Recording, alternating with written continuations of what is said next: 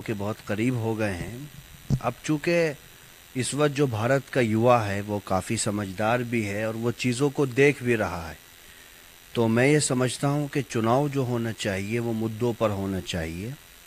और सबसे बड़ा मुद्दा विकास का है। जो भी सरकार हो और देश के जिस राज्य में भी, राइट की हो या लेफ्ट की हो, चुनाव जो केंद्रित होना चाहिए वो विकास के मुद्दे पर ही होना चाहिए। जात, धर्म, इसमें हम पिछले 75 सालों से लुटते पिटते चले आए। और इस वक्त अगर आप देखेंगे तो एक प्रयास हो रहा है कि चुनाव को डाइवर्ट किया जाए, विकास के मुद्दे से हटकर धर्म के नाम पर या जात के नाम पर चुनाव लड़ा जाए। जो पार्टी भी या जो नेता भी या जिस संगठन के लोग भी ये काम कर रहे हैं वो देश और प्रदेश के हित में नहीं है। असल में अखिलेश यादव तो चूंकि मुख्य विपक्षी लीडर हैं इस वक्त उत्तर प्रदेश के, और वही सबसे बड़ा सीएम फेस भी हैं, इसलिए स्वाभाविक है, नेचुरल है कि सीएम साहब उन्हीं के बारे में बात भी करेंगे। किसी को लगता है कि शायद ओवैसी जो है एक समुदाय का वोट काटने के लिए काम कर रहे हैं। देखिए, ओवैसी साहब बीजेपी की बी टीम है या सी टीम है उसकी जानकारी मेरे पास तो नहीं है, लेकिन मैं इतना ज़रूर कह सकता हूँ कि ओवैसी साहब जिन विचारों को लेकर के, जिस राजनीतिक आइडियोलॉजी को लेकर के उत्तर प्रदेश में आ रहे हैं, उत्तर प्रदेश की सेकेंड लार्जेस्ट मेजॉरिटी उस आइडियोलॉजी से इत्तेफाक नहीं करती है। चूँकि इस देश में जो सेकेंड लार्जेस्ट मेजॉरिटी है उसने हमेशा से एक सेकुलरिज्म की भावना के साथ में किसी भी चुनाव में या किसी भी राज्य में, चाहे वो विधानसभा के इलेक्शन हो या लोकसभा के, उसमें हिस्सा लिया है। ओवैसी साहब स्वतंत्र हैं अपने विचारों को रखने के लिए। मैं समझता हूँ कि बंगाल के लोगों ने जो किया है उत्तर प्रदेश के लोग भी वही करने जा रहे हैं।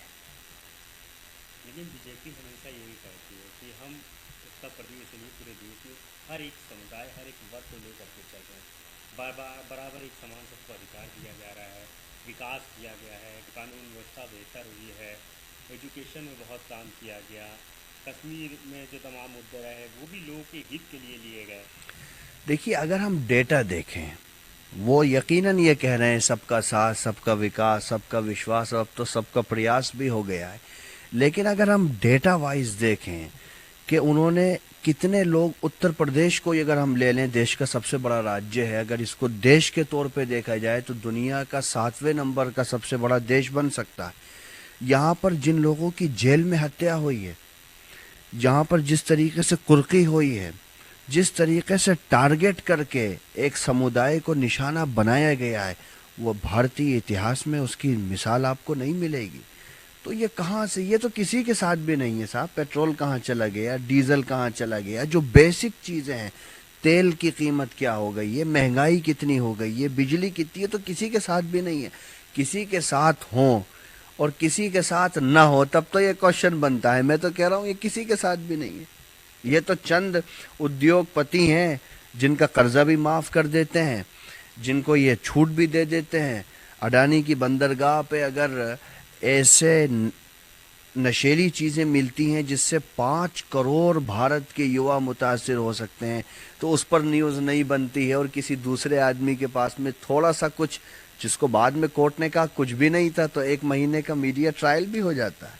तो ये तो किसी के साथ भी नहीं है।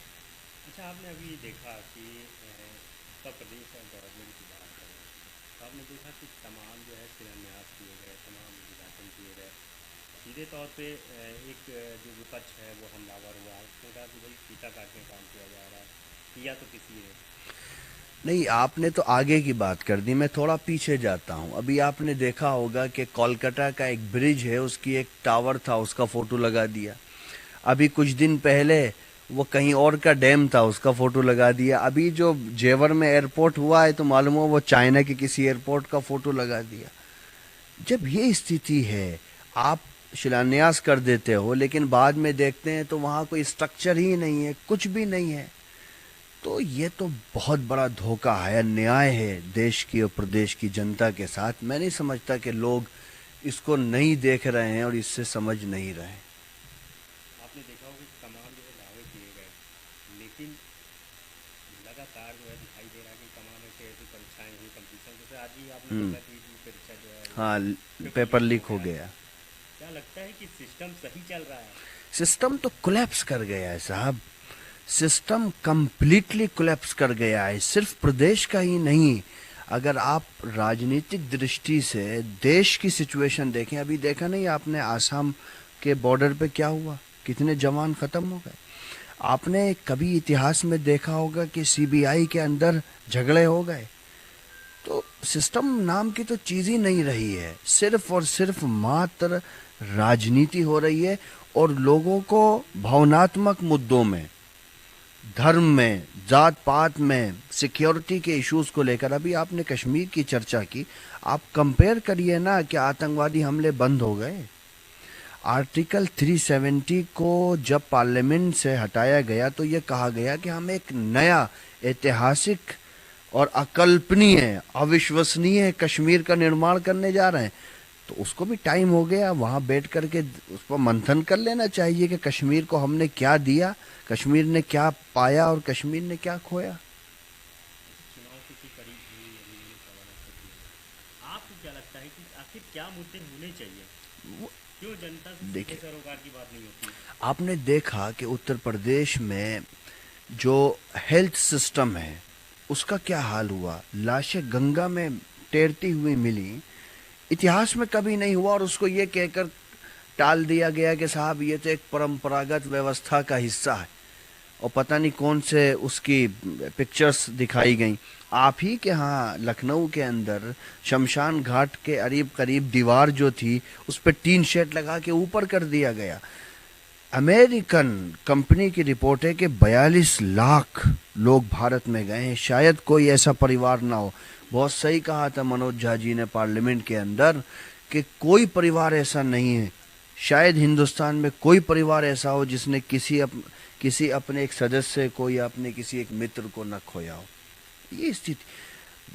चुनाव होना चाहिए विकास के ऊपर, चुनाव होना चाहिए शिक्षा पर, चुनाव होना चाहिए रोजगार पर, चुनाव होना चाहिए महिलाओं की सशक्तिकरण पर, चुनाव इस पर होना चाहिए। लेकिन चूंकि वो सूट नहीं करता तो चुनाव होता है धर्म पर, चुनाव होता है कैराना पर। 2013 की बात है, 5 साल आप देश पर, प्रदेश में राज कर रहे हो, 7 साल से आप देश पे राज कर रहे हो, आप कैराना की बात करते हो। किसी सेलेक्टेड मुख्यमंत्री को ये शोभा देता है कि वो अपने आखिर के अय्याम में कैराना को याद करे, मुजफ्फरनगर के दंगों को याद करे। और किसानों ने तो सब दिखाई दिया है कि विकास किसे कहते हैं। लेकिन पीएम कह रहे हैं कि शायद हम समझा नहीं पाए किसानों को। तो इसका मतलब ये है कि पीएम ज्यादा अकलमंद है, किसान अकलमंद नहीं है। ये तो अजीब हास्यास्पद चीज है। आप गंगा जल की तरह शुद्ध नियत कह रहे हैं, आपकी जो भाषा है वो तो बड़ी इंटरेस्टिंग होती है। आपके मंत्रियों ने कहा, केंद्रीय गृह मंत्री ने कहा कि हम नहीं हटेंगे, नहीं हटेंगे।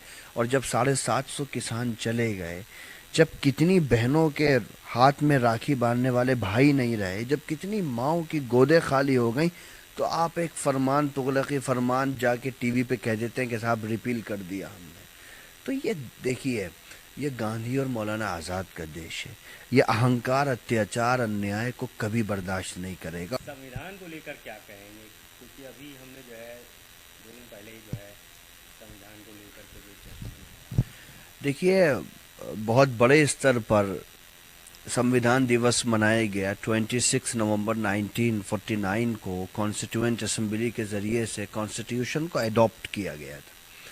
लेकिन पहला सवाल यह है कि हम आज़ादी के बाद से अब तक के इस लंबे सफ़र में संविधान को कितना धरातल पर उतार पाए।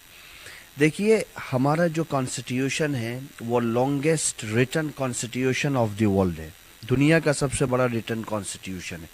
और कॉन्स्टिट्यूशन का जो प्रियम्बल है, जो उसकी आत्मा है, प्रस्तावना है, जो उसकी सॉल है, उसमें यह बात मुख्य तौर पर कही गई कि भारत एक सॉवरेन, सोशलिस्ट और सेक्युलर कंट्री है। सॉवरेन, हम अपने डिसीजन लेने में सक्षम हैं, और सोशलिस्ट हैं कि हमारे यहाँ असमानता नहीं होनी चाहिए।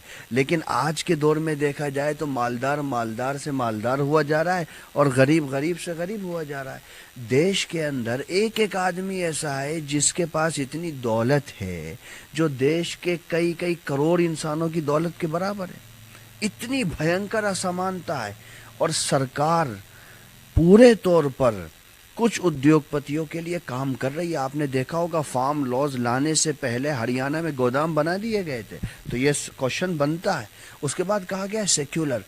भारत राज्य, इसका कोई धर्म नहीं है। मेरा आपका धर्म हो सकता है, आप कल प्रधानमंत्री, मैं बन सकता हूँ, एक धर्म है, लेकिन राज्य का कोई धर्म नहीं है। आज ऐसा ही किया जा रहा है, राज्य को एक धर्म के रूप में पेश किया जा रहा है। वो संविधान की आत्मा पर हमला है। और Kesavananda Bharati versus state of Kerala में 24 नवंबर 1973 में सुप्रीम कोर्ट की 13 जजेस की बेंच ने मेजॉरिटी से यह फैसला दिया था कि कॉन्स्टिट्यूशन की आत्मा इस लेवल की चेंजिंग नहीं की जा सकती कि कॉन्स्टिट्यूशन की रूह खत्म हो जाए। लेकिन ये चेंजिंग तो नहीं कर रहे हैं, बट प्रैक्टिकली ऐसा ही कर रहे हैं कि कॉन्स्टिट्यूशन की आत्मा पर आक्रमण कर रहे हैं। जो लोग ऐसा कर रहे हैं वो संविधान दिवस मनाने के अधिकारी नहीं है।